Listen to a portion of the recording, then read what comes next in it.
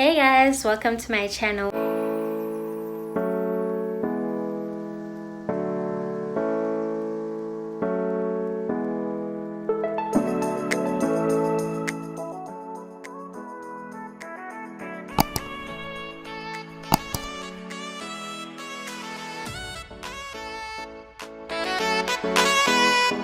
Keneiloe Myoli. If you're here for the first time, welcome.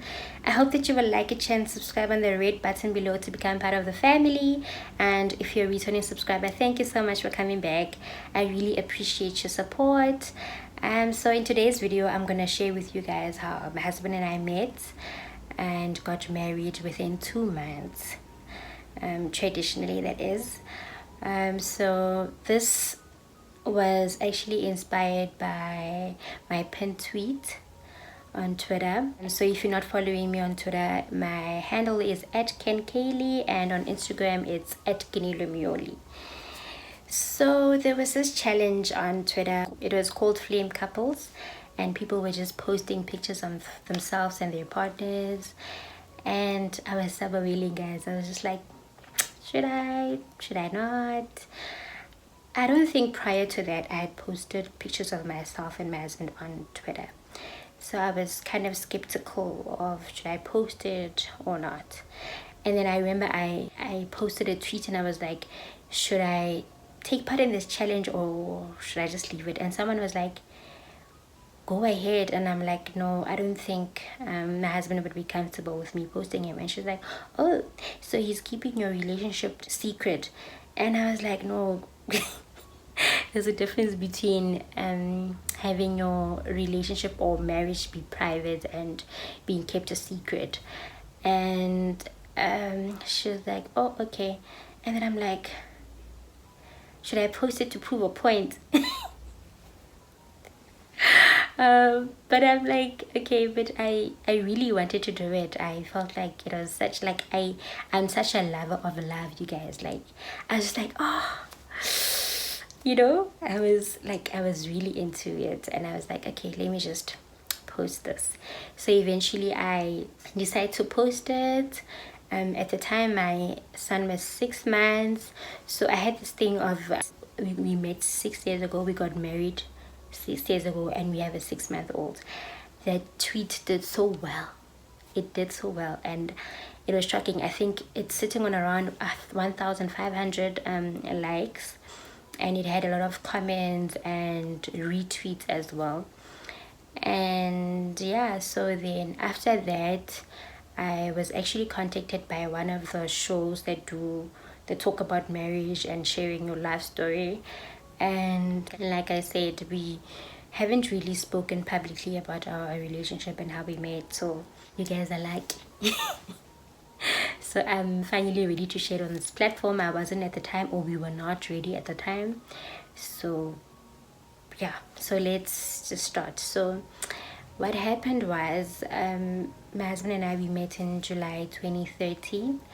We met because there was a funeral of his aunt's husband 2 houses from our place, and it was end of July. 2 of his aunts were also sleeping at my house, which were sisters to the other aunt. So they slept at our house, and I think it was exam time, test time, but I was studying around the time. So they happened to ask me like, what are you studying? And I told them, and they're like, oh, okay. So then my husband eventually, when he arrived on the Friday, one of the aunts sent him to come meet me.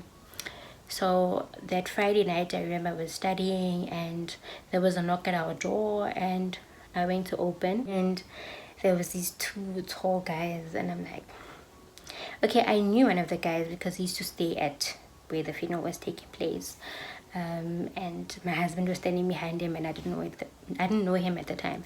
So I just said hi, and they were like, can we come in? I said, oh, sure. So they came in. I was busy studying. They asked to take a seat. They sat. We started talking, and because I had my books out, my now husband started asking questions of, oh, what are you studying? And I was like, I'm writing a test or whatever the case was. And he's like, oh, okay, how are you finding your studies? So now basically we're just talking about the studies. I think he just told me his name. I told him my name as well. At this point, the cousin that I know is so quiet, and I'm like, I was a bit confused, but I didn't ask. So at that point, my husband told me that one of his colleagues or friends studied accounting at the university where I was studying, and I said, oh, okay. I just brushed it off.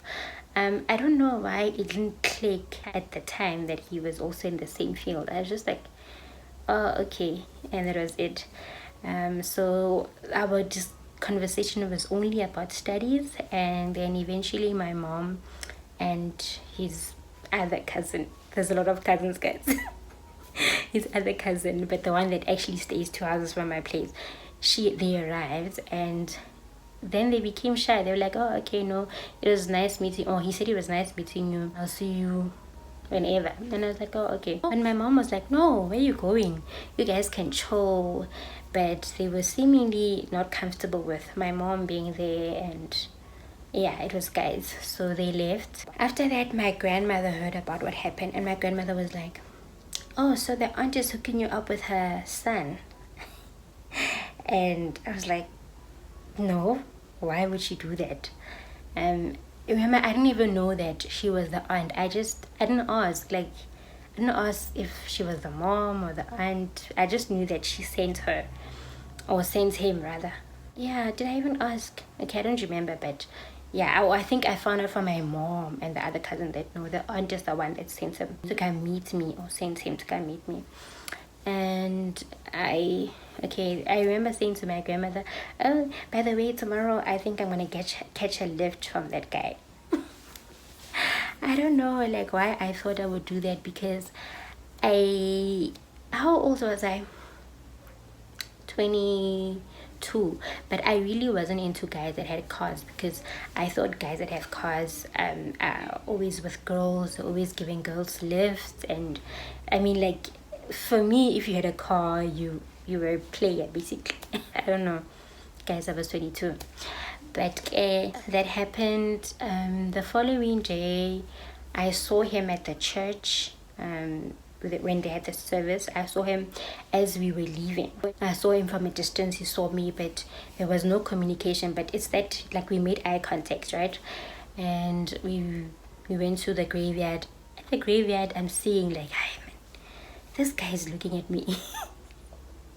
But obviously I was also looking at him, guys. Hence I noticed that he's looking at me, because he was standing on the other side of that graveyard. So I remember saying to my sister, that guy is looking at me, né? And my sister's like, yeah, he is. He's definitely looking at you. I'm like, okay. So we finish at the graveyard. We go to the house now where we're gonna be eating afterwards. So then he decided to park his car inside our yard. Back home we have quite a big yard, so it can fit like a few cars instead of park on the street. He parked at our place. I was sitting by the veranda, but he was with his sisters and parents, so they didn't know us. They didn't say anything. I didn't say anything to him. It was just awkward.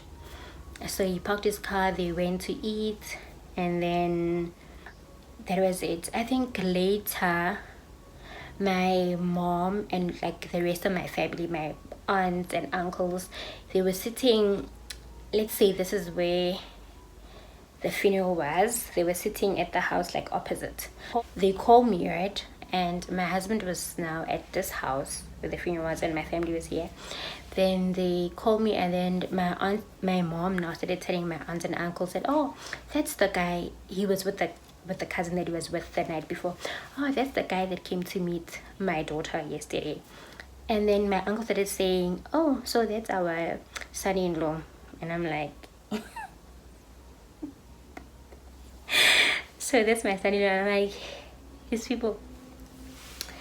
I believe it. Eventually I'm standing at our gate. Now I'm back at home. I'm standing at our gate. He comes and says, can I please use your bathroom? And I'm like, it's fine. Mind you, he left the bathroom of where he's coming from. There's still another house in between us, and then it's our house. But he decided to come to our place. Yeah, so I'm like, yeah, it's fine. Then I say to my sister, I'm actually gonna wait at the gate and see what's gonna happen when he comes out. I know, guys.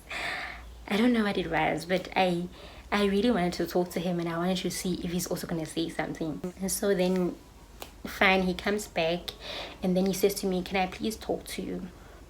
And I'm thinking, oh, okay, it must be innocent, because my grandmothers were sitting at our veranda outside the house and I was by the gate. So I'm like, if he's gonna talk to me in front of my grandmothers, it means it's innocent, right? Yeah, well, it seemed innocent. So then that's where I found out that he was actually qualified. We were in the same field.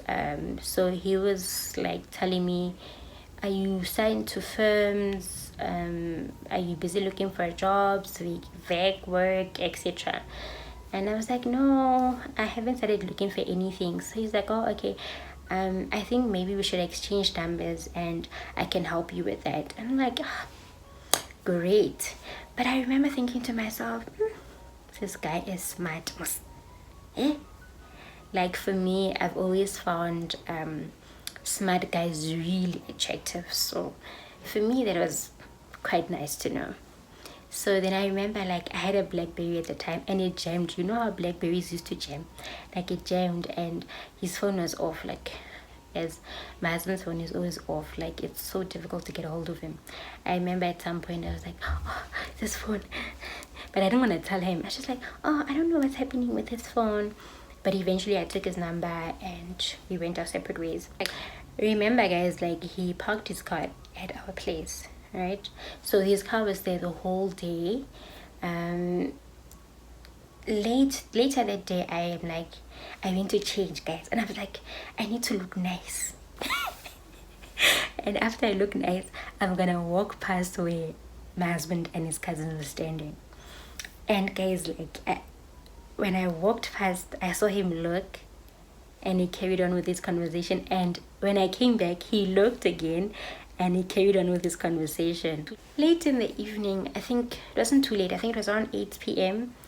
I went now to the house where the funeral took place. Remember, me and his family's aunt, we are very close, to a point where they used to like babysit me when I was smaller, or when I came back from school and my mom was working night shift, I would stay there.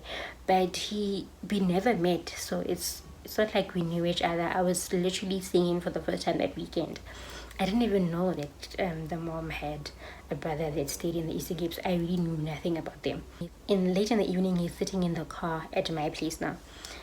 And when I come back from the house, he comes out of the car and he says, he started talking about, I can't remember, but it wasn't long. And the reason why the conversation didn't last is because one of my mom's friends came to the house and he suddenly got nervous. And I'm like, why is he getting nervous if the conversation is innocent?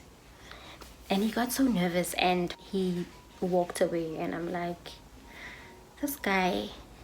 So I eventually talked to one of the girls, like the family, the relatives from there. And I told her, I'm like, you know that guy, like, I'm not sure if he likes me, but he got nervous when he saw my mom's friend. And I really thought, like, our conversations are innocent. But if he's gonna get nervous, does it mean he likes me? And she's like, yeah, I think he definitely likes you. And there was like, I know he won't. I don't think he likes me. I'm not sure. Like, at the time, I really don't know if I liked him. But he was good looking and he was tall, he was light in complexion, he was smart, like, he was well spoken. Like, I remember the one time he would talk and I was just like stare at him and okay, yes guys, maybe I liked him but I didn't realize it at the time. So then that happened, right? It was a Saturday evening. Sunday morning, the aunts are now leaving our place. They're also going to the different, I think they were from Gauteng, some are from Eastern Cape, but they forgot some of the belongings at our place. So now I have to take the belongings to the place where the funeral is taking place, and my husband is also there. So then I'm like, hey, okay, I was in my pajamas, I was going to church that morning. So I go, but it was quick, like, it was actually embarrassing because, like, but also I didn't have time to change into, because I remember I said to my mom, let me change into a proper outfit, take whatever, and then come back and bath. My mom is like, no, it's a quick in and out. Why do you want to look nice? Shh, guys, My mom. But okay, I went, I took whatever they had left behind. I saw him. Yeah, but he was busy working. I saw him. No, I think at the time they were busy in his car. They were putting their clothes. You could tell that they're preparing to leave, him and his family. And they put the stuff in the car, and I bathed, prepared for church. As I was going to church, I could see him, like they were working. So we just looked at each other. We had a bit of a eye contact, and that was it. I think at some point in the weekend he took my number as well, but I don't remember when. But I remember I'm the one that took his number. So then that was it. That was the last time I saw him. I think the Monday or the Tuesday, I decided to send him a message. Guys, I decided to send him a message. I'm like, hi, it's Keneiloe. I hope that you travel safely. I think that was it. I didn't say much. I just said I hope you travel safely to the Eastern Cape. Monday passes, guy doesn't respond, but I think it didn't blue tick me. Like it had that one, you know, that one tick. And Tuesday, I think, did he reply on Tuesday or Wednesday? But I can't remember. But even when he eventually responded, he said, hi, I travel safely, thank you. I'm sorry for taking long to respond to your message. I'm only switching on my phone now. The battery had died. Can I call you in the evening? So I'm like, yeah, sure, you can call me. Guy calls me in the evening and we talk for an hour. Basically, we're just getting to know each other a bit more. We're just asking a lot of questions, guys. Like, we were talking so much. I think in that week or 2 weeks, we got to know a lot about each other. I remember it was long distance as well, so we only had the phone, and every day he would say, in the mornings it was, hi, enjoy your day, I'll call you in the evening. In the evenings he would call for at least an hour. So that guy used to buy a lot of airtime for me. So that's what happened. And then I think during that time he asked if we could be in a courtship, and I was like, what is a courtship? And he said it's dating for marriage. And I was like, oh, okay, that's fine with me. Also, I've always taken my relationships seriously. Well, for me, I grew up in a church environment, and I was mentored by people who got married young, and like it was always spoken of how you should date for marriage and not just date for the fun of it. So you really dated someone that you saw a possible future with. Unfortunately, it wasn't always the same with the guys that I was with, but okay, I mean, guys. So I obviously agreed. I said yeah, and I remember also during that time or prior to that, I had a list of what I want, the qualities that I wanted in a husband. And I was praying not for that time, but for when he eventually comes, that I will know that he's the one, or he has the qualities that I want from a husband. I remember I was also reading like a lot of books on marriage at the time. I was kind of sort of like preparing myself for eventually when I do find my husband, or when my husband finds me, whatever the case was. So I agreed to that, and remember we met end of July, and then he said that he would come for our first date end of August. So end of August he came. He arrived on the Friday night, and before then I think he had spoken to his family about me and us being together. So even me, I had told my family, and there was a lot of back and forth between the families, like the three families. My family, well, his family is one, but remember it's his parent and the dad's sister. So the the person in the middle was, remember, the aunt. So the aunt knew me, and the aunt would obviously know him and how he is. So my family would ask them like, what kind of person is my husband now? Like they would ask him like what kind of person he is, and then from the Eastern Cape they would call the aunt and find out what kind of person I am. And I remember both families were quite impressed, like, oh, these kids, they are God-fearing, they are educated. So the overall feeling was like the families were quite happy. So it meant that whatever was happening was serious, to a point where when he came on the Friday night, remember, like, I wasn't going out at night.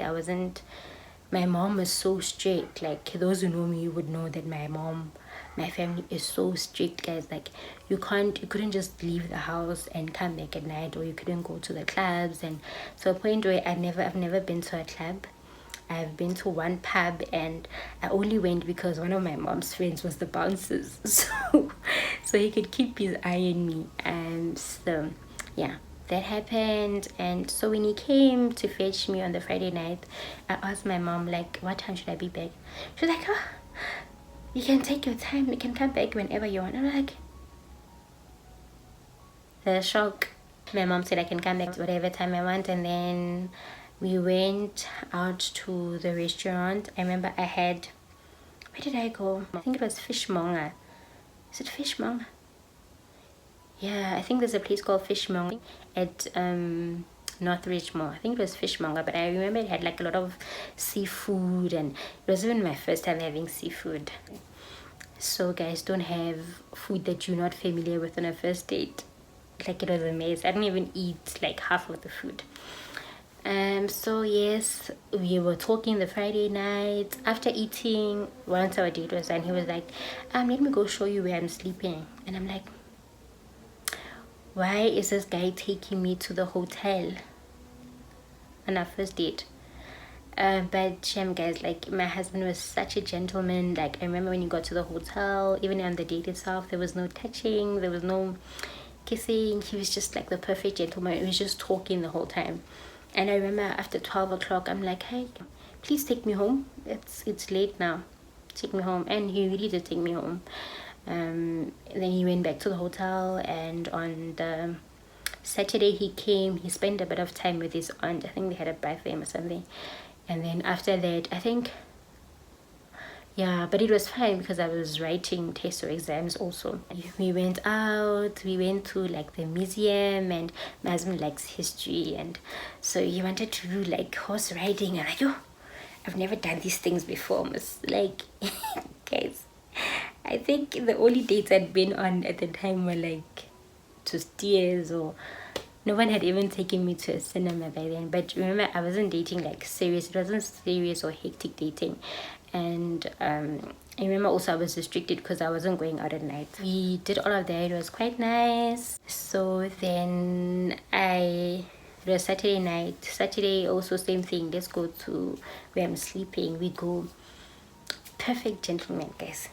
Nothing happened. He didn't force himself. He didn't try to make a move. Drops me off after 12. Sunday morning he comes to pick me up. We go to church. After church he went to drop me off at home, and as he was about to leave, he gives me a letter. The letter I didn't open. My mom and the cousin saw when he gave me the letter. I didn't open. He just said, just give this or show this to your family. Read the letter with your family. And I said, okay. So my mom and I go home. We open the letter, and it was written in Xhosa, and I'm like, we don't know Xhosa. We don't know Xhosa, my family and I. And we went now back to the aunt to help us to read the letter. Then the aunt reads the letter. It says something about, I saw a flower, yeah, that I would like to pick, something like that. So but basically they were saying they're asking for my hand in marriage. And I don't know how I felt. I think I just felt like I knew that we were dating for marriage, like we had discussed, but we would not say like we're dating like now for marriage. But it was happening, and I remember saying to him, let's pray about it, or we spoke about it and we decided we'd pray about it, and we fasted together even though we were in different places just to get direction. And I remember by the time we finished like the praying and the fasting, I felt a sense of peace. I was even asking God, like, God, like, should I do this?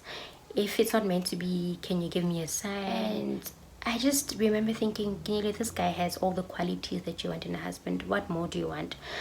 Is this not what you prayed for? And so our families were happy for us. There were people who were concerned, with good reason, that is, that we don't know each other. Are we rushing into things? Are there ulterior motives? Shouldn't we like wait a while? But we were both adamant. Like, my husband was not budging, guys. Like, my husband, when he makes up his mind, he makes it up. He was not moved. He was like, I'm marrying her, and that is it. So that was end of August, right, when he brought the letter. End of September, they came for lobola negotiations, and end of October is actually when I got my ring. This one, okay, no, this one, that's when I actually got my ring. And then, you know how people are always saying, like, should I get the ring first or should I be lobola first? And I actually think like the way things planned out was perfect for me. He did right by my family and by me, and yeah. And later, that's when we added like the wedding band for our wedding. That December, I went to his home. Around Christmas time, that's when I met his family officially. Because remember, when they were there for the funeral, we didn't talk, we didn't get introduced, etc. So yes, and we went on our first vacation. And I remember we only had the white wedding a year later because I wanted to do my honors still. And then, yeah, December 2014, we had our white wedding, and that's when I moved to Gauteng, where he stayed.